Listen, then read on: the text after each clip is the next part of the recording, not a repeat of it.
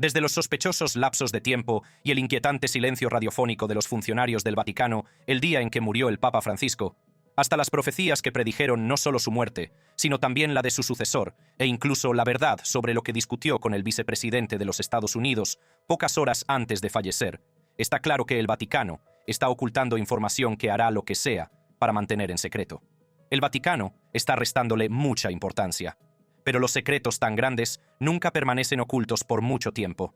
En este vídeo revelaré 6 archivos ocultos que la Iglesia no quiere que veas. Los acontecimientos que se desarrollaron 6 horas después de la muerte del Papa Francisco. Cuando muere un papa, cada minuto que sigue se documenta meticulosamente, estructurado por siglos de tradición y protocolo. Sin embargo, existe un curioso intervalo de tiempo. Aproximadamente 6 horas después de la muerte del Papa Francisco el 21 de abril de 2025, en el que los registros disponibles al público se vuelven extrañamente opacos. Según los informes oficiales del Vaticano, el Papa Francisco falleció a las 7:35 de la mañana en su residencia de la Casa Santa Marta. 6 horas más tarde, alrededor de la 1:35 de la tarde, ¿qué estaba sucediendo realmente tras esos antiguos muros? El Vaticano quiere hacernos creer que se trató simplemente de un periodo de preparación tranquila y duelo solemne. El principal acontecimiento documentado durante este tiempo fue el anuncio de la muerte del Papa por parte del cardenal Kevin Farrell a las 9:45 de la mañana. Pero entonces parece que se cierra el telón sobre los acontecimientos, ya que no se registra ningún acto público concreto a las 1:35 de la tarde.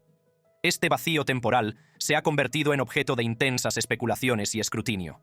Lo que sí sabemos es que, siguiendo protocolos centenarios, el cardenal Farrell, como camarlengo de la Santa Romana Iglesia, habría supervisado una serie de procedimientos tradicionales. Entre ellos, probablemente se encontraba la solemne tarea de sellar los aposentos privados del Papa Francisco, un deber sagrado que se lleva a cabo para preservar los efectos personales y los documentos del difunto pontífice hasta que se elige un nuevo papa. Este ritual, impregnado de tradición, garantiza la continuidad de la autoridad papal, al tiempo que respeta la privacidad del difunto.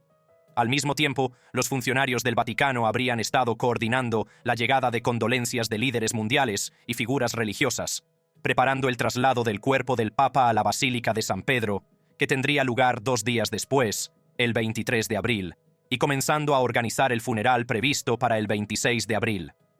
Los cardenales de todo el mundo fueron convocados por el cardenal Giovanni Battista Re, decano del Colegio Cardenalicio, y comenzaron su viaje a Roma. Dentro de la Casa Santa Marta, el personal y los funcionarios se habrían estado preparando para el rito vespertino de certificación de la muerte y colocación del cuerpo del Papa en un ataúd, previsto para las 20 horas en la capilla de la planta baja. Esta ceremonia, validada por el cardenal Farrell, marcaría la conclusión formal de los protocolos inmediatos posteriores a la muerte. En el exterior, en la Plaza de San Pedro, el ambiente estaba cambiando.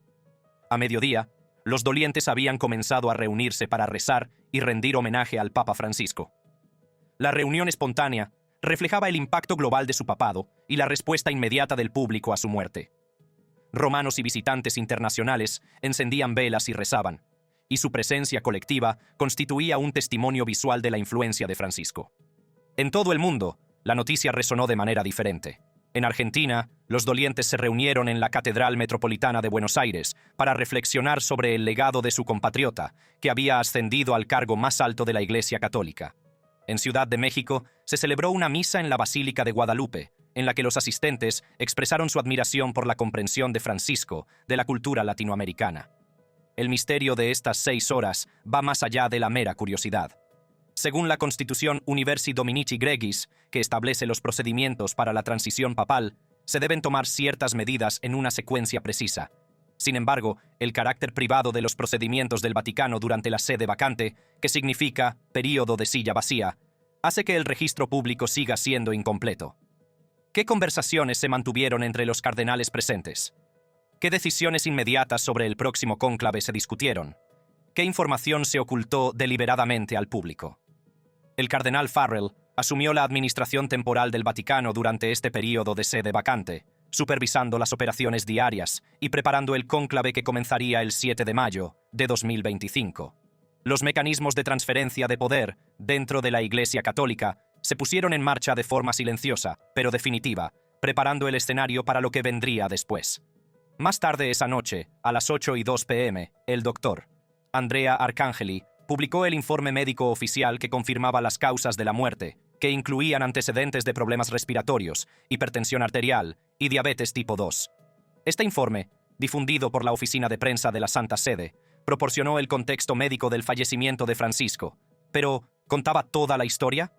La cuidadosa gestión de la información por parte del Vaticano plantea interrogantes sobre lo que ocurrió durante esas 6 horas que siguen sin revelarse. En una institución en la que la tradición y el secretismo han sido señas de identidad durante siglos, las lagunas en la cronología invitan a reflexionar sobre qué más ocurrió tras esos muros sagrados cuando la Iglesia Católica iniciaba la trascendental transición hacia una nueva era. Aunque esa información quedó enterrada a las pocas horas de la muerte del Papa, el siguiente archivo llevaba mucho tiempo oculto en las sombras, mucho antes de que él falleciera. Las profecías del lecho de muerte. Mucho antes de que el mundo se enterara del fallecimiento del Papa Francisco el 21 de abril de 2025, ya circulaban rumores sobre una profecía por los pasillos del tiempo. El segundo archivo que el Vaticano prefiere mantener sellado contiene referencias a inquietantes predicciones sobre la muerte del Papa, predicciones de siglos atrás, que algunos creen que no solo anunciaban su fallecimiento, sino también el destino de la propia Iglesia. Entre estas profecías destacan las crípticas cuartetas de Michel de Nostredame, más conocido como Nostradamus, el astrólogo francés del siglo XVI, cuyos enigmáticos escritos han sido objeto de estudio durante siglos. En su libro Les Prophéties, publicado en 1555, Nostradamus escribió sobre la muerte de un pontífice muy anciano y la elección de un nuevo papa que podría debilitar su sede, pero que tendría un largo reinado. Tras la muerte del Papa Francisco, estas palabras fueron rápidamente aprovechadas, y muchos las interpretaron como una referencia directa al pontífice de 88 años y a su sucesor. Aún más intrigante es otro verso que menciona a un joven de piel oscura que entregará la bolsa a otro de color rojo con la ayuda de un gran rey. Esto ha desatado especulaciones sobre posibles cambios en el liderazgo del Vaticano, y algunos lo interpretan como una predicción sobre el sucesor de Francisco. La vaguedad de estas predicciones, característica del estilo de Nostradamus, permite múltiples interpretaciones, pero su resurgimiento tras la muerte del Papa es un fenómeno que el Vaticano ha evitado abordar de forma notable. Quizás aún más preocupante para los funcionarios del Vaticano es la llamada profecía de los papas, atribuida a San Malaquías, un santo irlandés del siglo XII. Esta profecía consta de 112 frases en latín, cada una de las cuales describe supuestamente a un papa desde Celestino II, 1143, hasta el último, Pedro el Romano. En este antiguo texto, el Papa Francisco se interpreta a menudo como el penúltimo papa de la lista, al que solo le seguirá Pedro el Romano. La profecía termina con una predicción ominosa. En la persecución final de la Santa Iglesia Romana, se sentará Pedro el Romano, que pastoreará a sus ovejas en muchas tribulaciones, y cuando estas cosas terminen, la ciudad de las 7 colinas será destruida, y el juez terrible juzgará a su pueblo. Esta visión apocalíptica sugiere que, tras el sucesor del Papa Francisco, la propia Roma se enfrentará a la destrucción, una narrativa que el Vaticano, comprensiblemente, se mostraría reacio a reconocer o promover. La Iglesia Católica, aunque se basa en la fe y la revelación divina, siempre ha mantenido una relación compleja con las profecías ajenas a su doctrina oficial. El Vaticano no reconoce oficialmente como creíbles ni las cuartetas de Nostradamus ni la profecía de los papas, sino que se centra en las escrituras y las enseñanzas del magisterio. Sin embargo, la persistencia de estas profecías en la conciencia pública y su aparente coincidencia con los acontecimientos actuales supone un reto que la Iglesia no puede descartar fácilmente. El consenso académico considera que la profecía de los papas es una falsificación del siglo XVI, posiblemente creada para influir en una elección papal de esa época. Del mismo modo, muchos historiadores consideran que las cuartetas de Nostradamus son poéticas y simbólicas, más que predicciones literales. Como se señala en varias publicaciones, estos escritos son a menudo lo suficientemente ambiguos como para poder adaptarse retroactivamente a casi cualquier acontecimiento mundial importante. Curiosamente, el propio Papa Francisco habló en ocasiones sobre su mortalidad. Al principio de su papado, comentó: «Esto no va a durar mucho», y siempre se mostró abierto sobre sus problemas de salud, incluida la neumonía que le afectó a principios de 2025. Sin embargo, se trataba de reflexiones personales más que de declaraciones proféticas, basadas en su conciencia de su avanzada edad y su deterioro de la salud. Las redes sociales alimentaron aún más el frenesí profético en torno a la situación, con afirmaciones incluso inventadas de que los Simpson habían predicho la fecha de la muerte del Papa Francisco, que ganaron adeptos antes de ser desmentidas. La era digital ha creado un entorno en el que las profecías, tanto antiguas como modernas, auténticas o inventadas, pueden difundirse a una velocidad sin precedentes, desafiando los esfuerzos institucionales por mantener el control de los relatos históricos. Para el Vaticano, estas profecías representan algo más que una simple superstición. Constituyen una narrativa rival sobre el significado y la importancia de la muerte del Papa Francisco. Mientras que las declaraciones oficiales se centran en su vida de servicio y dedicación al Evangelio, estas profecías sugieren que su fallecimiento podría formar parte de un gran diseño cósmico, un preludio de acontecimientos aún más trascendentales, quizás catastróficos, que están por venir. El archivo que contiene estas conexiones proféticas sigue siendo uno de los que el Vaticano probablemente preferiría mantener cerrado. Mientras el Vaticano se apresura por mantener en secreto las profecías y los rumores, ha tenido control total sobre el contenido de este siguiente archivo desde el principio. La verdad sobre la crisis de salud del Papa. El tercer expediente que el Vaticano preferiría mantener alejado del escrutinio público contiene el historial médico completo del Papa Francisco, en particular los detalles desgarradores de su última batalla contra la enfermedad en 2025. Si bien los comunicados oficiales presentaron una narrativa digna sobre el deterioro de la salud del Papa y su fallecimiento pacífico, la historia completa revela una realidad más compleja y angustiante que desafió tanto a los profesionales médicos como a los funcionarios del Vaticano. La trayectoria de salud del Papa Francisco estuvo marcada por un punto de inflexión crítico el 14 de febrero de 2025, cuando fue ingresado en el Hospital Gemelli de Roma, por lo que inicialmente se describió como bronquitis. Lo que comenzó como una afección aparentemente manejable se deterioró rápidamente hasta convertirse en una crisis que puso en peligro su vida. Su estado empeoró hasta convertirse en una neumonía bilateral, una inflamación que afectaba a ambos pulmones con los alvéolos llenos de pus y líquido. Esta grave infección respiratoria se complicó con una insuficiencia renal leve y una anemia tan grave que requirió transfusiones de sangre con hematina el 22 de febrero de 2025. Lo que el Vaticano ha sido menos comunicativo es el momento crítico en el que los médicos estuvieron a punto de dar por perdido al Papa. El 28 de febrero de 2025, el Papa Francisco sufrió una grave crisis respiratoria tras inhalar vómito, lo que provocó un empeoramiento repentino de su estado respiratorio. Su saturación de oxígeno descendió a niveles peligrosamente bajos, situándolo al borde de la muerte. El equipo médico, dirigido por el doctor Sergio Alfieri, se enfrentó a una decisión angustiosa: continuar con el tratamiento agresivo, con el riesgo de causar daños irreversibles en los riñones y la médula ósea del Papa, o cesar la intervención, lo que supondría dejarlo morir. En ese momento crucial, fue Massimiliano Strapetti, enfermero personal y asistente de salud del Papa, quien instó al equipo médico diciendo: «Intentadlo todo, no nos rindamos». Esta intervención resultó decisiva, ya que los médicos procedieron con una última salva de medicamentos y ventilación mecánica no invasiva para combatir la neumonía. El doctor Alfieri confesaría más tarde que él y su equipo pensaban que no lo lograrían, revelando lo cerca que estuvo el pontífice de la muerte durante su hospitalización. A lo largo de esta dura prueba, el propio Papa Francisco se mantuvo notablemente consciente y comprometido. Había pedido total transparencia sobre su estado, demostrando la misma franqueza que caracterizó su papado.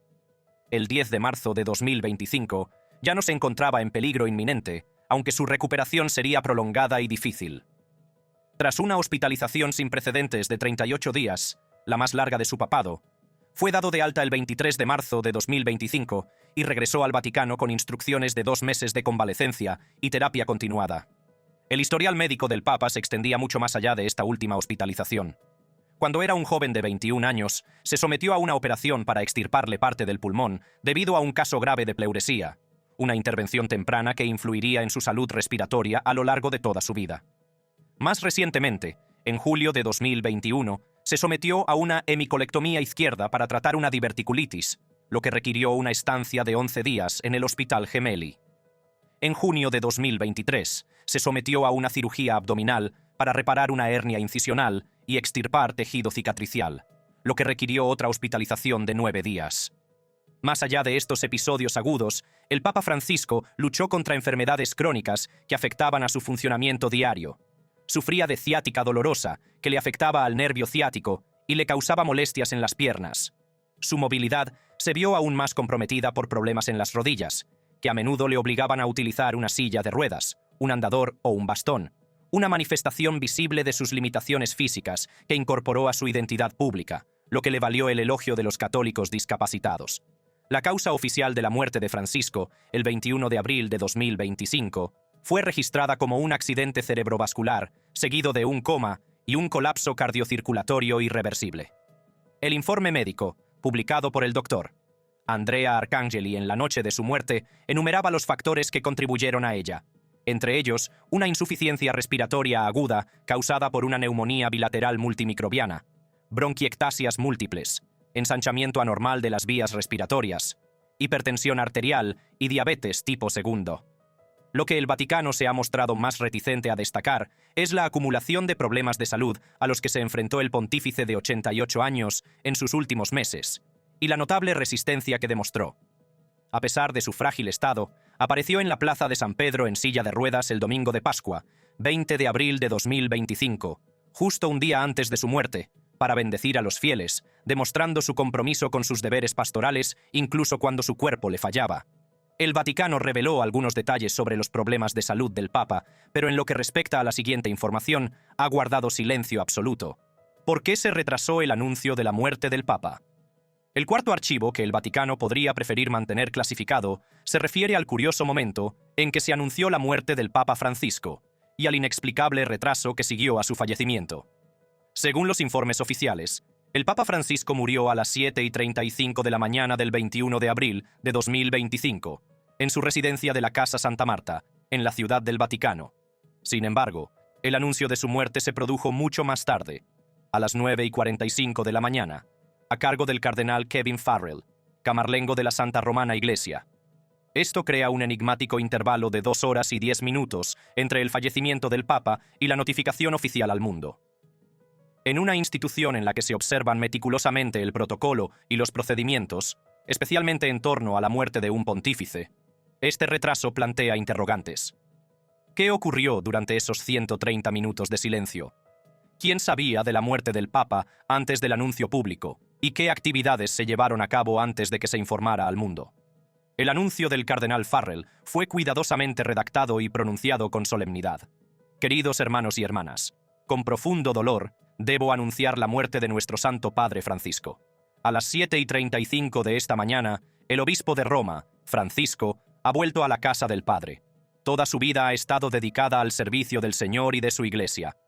Esta declaración, difundida por los medios de comunicación del Vaticano y compartida a través de las redes sociales, puso en marcha el proceso oficial de luto para el mundo católico. Pero se produjo tras un periodo significativo, durante el cual solo un selecto grupo dentro de los muros del Vaticano conocía la trascendental transición que se había producido. El Vaticano no ha proporcionado un relato detallado de lo ocurrido durante este intervalo. Como camarlengo, el cardenal Farrell era el responsable de confirmar oficialmente la muerte del Papa, tradicionalmente llamando 3 veces por su nombre de bautismo, sin obtener respuesta. A continuación, habría iniciado el proceso de sellado de los aposentos privados del Papa y de notificación a otros altos funcionarios del Vaticano.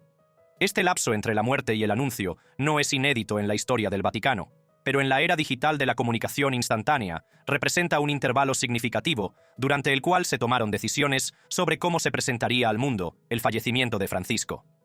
El momento elegido plantea preguntas sobre si hubo discusiones internas sobre cómo enmarcar su muerte, consultas con expertos médicos sobre la causa oficial o incluso deliberaciones sobre el calendario de los acontecimientos posteriores, como el funeral y el cónclave. Cabe señalar que el Papa Francisco falleció en la madrugada del lunes, tras las celebraciones del domingo de Pascua del día anterior. El momento puede haber afectado a la capacidad del Vaticano para reunir rápidamente al personal clave, aunque los residentes permanentes del Vaticano suelen encontrarse muy cerca de la residencia del Papa. Francisco había hecho una aparición pública el domingo de Pascua, apareciendo en silla de ruedas para bendecir a los fieles en la plaza de San Pedro, sin dar indicios evidentes de que su muerte fuera inminente. El anuncio en sí fue seguido de una cascada de procedimientos formales, pero el retraso inicial de 2 horas y 10 minutos sigue siendo un dato curioso de la cronología, un espacio en blanco en el registro oficial que invita a la especulación. Aunque muchos creen que el público tiene derecho a saber lo que el Vaticano oculta, este tiene derecho a mantener bajo llave esta información. El último visitante del Santo Padre. El quinto archivo que quizá prefiera permanecer en los archivos del Vaticano se refiere a la última persona que vio con vida al Papa Francisco, un detalle que tiene tanto importancia histórica como potencial controversia. Según múltiples fuentes fiables, el último visitante que se reunió con el Papa Francisco antes de su muerte no fue otro que el vicepresidente de los Estados Unidos, J.D. Vance. Este encuentro tuvo lugar el domingo 20 de abril de 2025, domingo de Pascua, pocas horas antes del fallecimiento del Papa, el lunes por la mañana. Se describió como un breve saludo pascual en la residencia papal, que tuvo lugar poco antes de que el Papa Francisco hiciera su última aparición pública desde el balcón de la Basílica de San Pedro, bendiciendo a los fieles reunidos abajo a pesar de su visible estado de debilidad. El momento en que se produjo este encuentro ha suscitado curiosidad por varias razones. J.D. Vance, un católico converso que servía al presidente Donald Trump en su segundo mandato, no se encontraba en misión diplomática oficial en el Vaticano. El motivo de su presencia en Roma durante la Semana Santa y la naturaleza de su conversación con el pontífice siguen sin revelarse en los registros oficiales. Dado que este encuentro probablemente constituyó la última interacción personal del Papa Francisco antes de su muerte, el contenido de su conversación tiene un peso histórico que trasciende lo meramente personal. Lo que hace que esta reunión sea especialmente notable es que se produjo en un momento en el que la salud del Papa Francisco parecía lo suficientemente estable como para llevar a cabo la bendición de Pascua, pero menos de 24 horas después sufriría el derrame cerebral que le causó la muerte. La proximidad de este importante encuentro diplomático al fallecimiento del Papa plantea inevitablemente preguntas sobre lo que pudo haberse discutido y si el Papa mostró algún signo de la inminente crisis de salud que le costaría la vida. Tras la muerte del Papa Francisco, la reunión generó una considerable especulación en las redes sociales, y algunos usuarios plantearon preguntas incisivas sobre la curiosa coincidencia.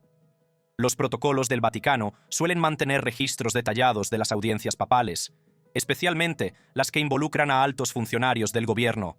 Sin embargo, los detalles de esta última reunión, su duración, los temas tratados y el comportamiento del Papa no han sido revelados en las comunicaciones oficiales del Vaticano.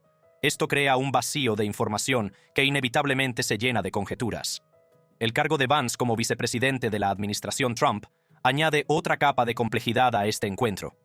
La administración Trump mantuvo una relación compleja con el Papa Francisco durante su primer mandato, marcada por la cortesía diplomática, pero también por desacuerdos sustantivos en cuestiones como la inmigración, el cambio climático y la política económica. Aún no está claro si esta última reunión representó un momento de reconciliación, de tensión continuada o una simple formalidad diplomática. Lo que sí sabemos con certeza es que, tras esta reunión y su bendición de Pascua, el Papa Francisco se retiró a su residencia en la Casa Santa Marta. A la mañana siguiente, aproximadamente a las 7:35 de la mañana del 21 de abril de 2025, sufrió el derrame cerebral que le provocaría la muerte. La reticencia del Vaticano a revelar los detalles de esta última reunión está en consonancia con su tradicional discreción en lo que respecta a las audiencias privadas del Papa, en particular las que se celebran con figuras políticas. Sin embargo, en el caso de un encuentro final de importancia histórica antes de la muerte de un papa, esta discreción crea un vacío notable en los registros públicos, un vacío que los historiadores y biógrafos inevitablemente tratarán de llenar. En el contexto más amplio de las transiciones papales, la identidad de la última persona que ve viva a un papa suele tener un peso simbólico y pasa a formar parte de la narrativa histórica que rodea el final de ese papado. El hecho de que este honor recayera en un vicepresidente de los Estados Unidos y no en un colaborador cercano del Papa, un compañero clérigo o un miembro de su familia, representa una nota interesante en la historia del papado de Francisco y su conclusión. Ahora que comienza el cónclave para elegir al sucesor del Papa Francisco, esta última reunión sigue siendo uno de los aspectos menos estudiados de su fallecimiento, un momento privado entre dos figuras influyentes que, por el momento en que se produjo, ha adquirido una importancia histórica que ninguno de los dos participantes podría haber previsto. La reunión entre el vicepresidente y el presidente tuvo lugar a plena luz del día, eso es innegable, pero el contenido del siguiente archivo difumina los límites entre la ficción y la realidad. Las teorías de la conspiración. El sexto archivo, que el Vaticano preferiría mantener sellado, contiene quizás la información más delicada de todas. Un dossier exhaustivo de las teorías de la conspiración que surgieron en torno a la muerte del Papa Francisco y la evaluación interna del Vaticano sobre estas afirmaciones. En una era de desinformación y rumores digitales, la Santa Sede se vio envuelta en una ola de teorías de la conspiración, incluso antes del fallecimiento del Papa. Durante la hospitalización del Papa Francisco, a principios de 2025 por neumonía, surgió una tendencia alarmante en las redes sociales. Múltiples anuncios falsos de su muerte, acompañados de miles de fotos manipuladas que lo mostraban en estado grave con una máscara de oxígeno. Estas afirmaciones falsas cobraron tal impulso que el Vaticano se vio obligado a tomar la inusual medida de desmentirlas activamente, y la oficina de prensa del Vaticano declaró: «Las noticias falsas hablan por sí solas. Nosotros transmitimos nuestras noticias con regularidad y transparencia». La situación se volvió tan extrema que dos personalidades de TikTok, conocidas como Ottavo y Bombolino, intentaron infiltrarse en el Hospital Gemelli de Roma, donde el Papa estaba recibiendo tratamiento, supuestamente para demostrar que ya había fallecido. Ottavo, que había acumulado 10.000 seguidores, afirmó audazmente: «Nunca habría podido llegar tan lejos si él estuviera allí. Por eso, en mi opinión, el Papa Francisco ha fallecido». Esta provocativa declaración, aunque totalmente infundada, ejemplificó la facilidad con la que se puede fabricar y amplificar la desinformación. Para avivar aún más el fuego de la conspiración, el famoso personaje de los medios italianos, Fabrizio Corona, afirmó con rotundidad: «Está realmente muerto. El audio es falso. Está hecho con inteligencia artificial», en referencia a un mensaje de audio publicado por el Vaticano en el que el Papa Francisco daba las gracias a quienes le deseaban lo mejor. Esta afirmación cuestionaba directamente la credibilidad del Vaticano y sugería un sofisticado encubrimiento con tecnología avanzada. La magnitud de esta campaña de desinformación fue asombrosa. Una empresa de inteligencia en redes sociales, Ciabra, analizó más de 3.600 cuentas que publicaban sobre la salud del Papa Francisco y descubrió que aproximadamente un tercio eran falsas. Cuentas de bots diseñadas para difundir y amplificar narrativas falsas. El cardenal Gianfranco Ravasi describió el fenómeno como la creación de una atmósfera tóxica, e incluso tuvo que abordar rumores extraños de que la curia romana mantenía a Francisco congelado mientras tramaban en secreto. Cuando el Papa Francisco falleció realmente el 21 de abril de 2025, este ecosistema preexistente de teorías conspirativas se adaptó rápidamente a la nueva realidad. Surgió una afirmación particularmente extraña en torno a la reunión del vicepresidente de Estados Unidos, J.D. Vance, con el Papa Francisco el domingo de Pascua, justo un día antes de la muerte del Papa. Los usuarios de las redes sociales especularon sobre una conexión entre la reunión y el repentino deterioro del Papa, con preguntas provocativas como «¿Qué hiciste?», dirigidas al vicepresidente. Aunque estos comentarios representaban en gran medida humor en Internet, más que acusaciones serias, demostraron la rapidez con la que se pueden formar narrativas conspirativas en torno a coincidencias temporales. Tras el funeral del Papa, el 26 de abril de 2025, surgió otra teoría conspirativa, un vídeo que supuestamente mostraba rituales satánicos en el funeral del Papa Francisco, con afirmaciones sobre cruces invertidas y otros símbolos. Esto fue rápidamente desmentido por los verificadores de Reuters, que identificaron las imágenes como procedentes de una procesión de Semana Santa en España, concretamente de la iglesia de Santa María de Gracia en Cartagena, que se trata de una procesión religiosa tradicional que no tiene nada que ver con el funeral del Papa.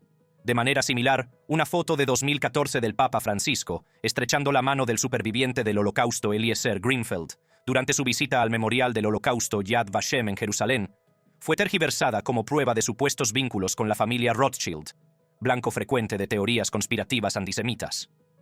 Esta tergiversación deliberada se alineaba con los tópicos antisemitas de larga data que han apuntado periódicamente al Vaticano. Para los funcionarios del Vaticano, gestionar este aluvión de desinformación supuso un reto importante. La institución se encontró en la situación poco habitual de tener que refutar activamente las afirmaciones falsas en lugar de limitarse a controlar el flujo de información oficial.